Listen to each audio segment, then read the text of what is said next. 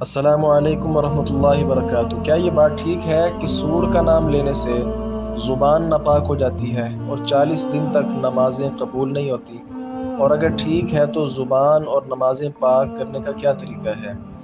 وعلیکم السلام ورحمۃ اللہ وبرکاتہ۔ سور کا نام قرآن کریم میں اللہ تبارک و تعالیٰ نے لیا ہے۔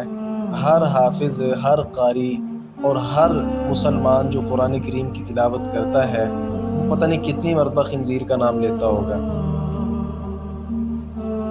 انما حرم علیکم المیتۃ والدم ولحم الخنزیر، تو یہ جو لحم الخنزیر ہے، خنزیر کا لفظ ہم بولتے ہیں، پتہ نہیں کہاں سے لوگ بات لے آتے ہیں کہ 40 دن نماز نہیں قبول ہوگی اور زبان ناپاک رہتی ہے۔ ایسی کوئی بھی بات نہیں ہے۔ اگر ایسا ہے تو سب سے پہلے جو ہے وہ یہ یعنی بہتان آئے گا، نعوذ باللہ، اور بہت بڑی بات ہے جی کہ اللہ تعالیٰ نے نام لیا ہے اور رسول اللہ صلی اللہ علیہ وسلم نے لیا ہے، صحابہ کرام پڑھتے رہے، ہم بھی قرآن پڑھتے ہیں، سارے مسلمان پڑھتے ہیں، تو کیا سب کی زبانیں ناپاک ہی ہیں؟